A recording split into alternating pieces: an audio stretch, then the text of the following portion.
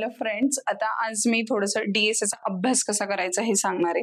डीएसएचा अभ्यास करताना आता मोस्ट ऑफ द आपले अदर सब्जेक्ट हे थेरी असतात. मग आपण काय करतो की पॉइंट बघतो, ते वाचतो, ते लक्षात ठेवण्याचा ट्राय करतो. आपण कधीच पेन पेपर घेऊन ते करून बघण्याचा ट्राय नाही करत. बट डीएसए हा एक सॉल्विंग सब्जेक्ट आहे.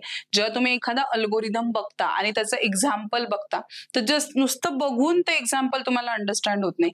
तर प्रत्येक ईच अँड एव्हरी टाइम जेव्हा तुम्हाला एक्झाम्पल दिसेल, बरोबर ना, किंवा तुम्ही जर प्रिव्हियस इयरचे जे क्वेश्चन पेपर घेतले आणि जस्ट तुम्ही जर प्रिव्हियस इयरचे क्वेश्चन पेपर मधले एक्झाम्पल प्रत्येक अल्गोरिदमचे जर न बघता सॉल्व्ह केले, तर ते तुमच्यासाठी खूप फायद्याचं ठरणार आहे.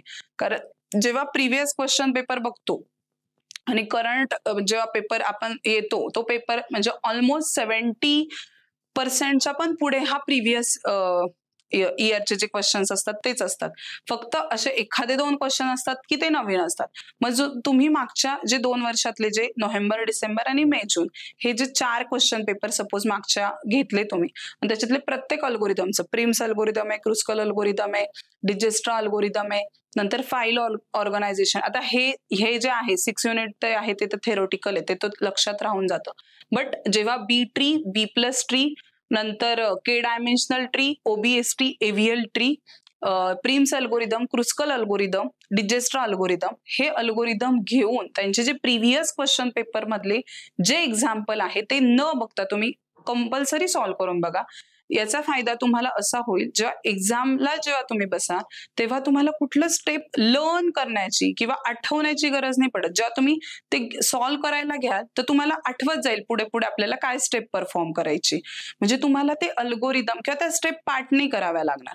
आणि जर असं, कारण काय होतं की आपण म्हणतो की प्रिव्हियस इयरचे क्वेश्चन नाही आले, असं होत नाही. म्हणजे तिथे फक्त तुमचा जो काय म्हणतो आपण एक्झाम्पल असेल किंवा जे नंबर्स असतील ते चेंज असेल, पण अल्गोरिदमच्या स्टेप्स तर त्याच असणार आहे.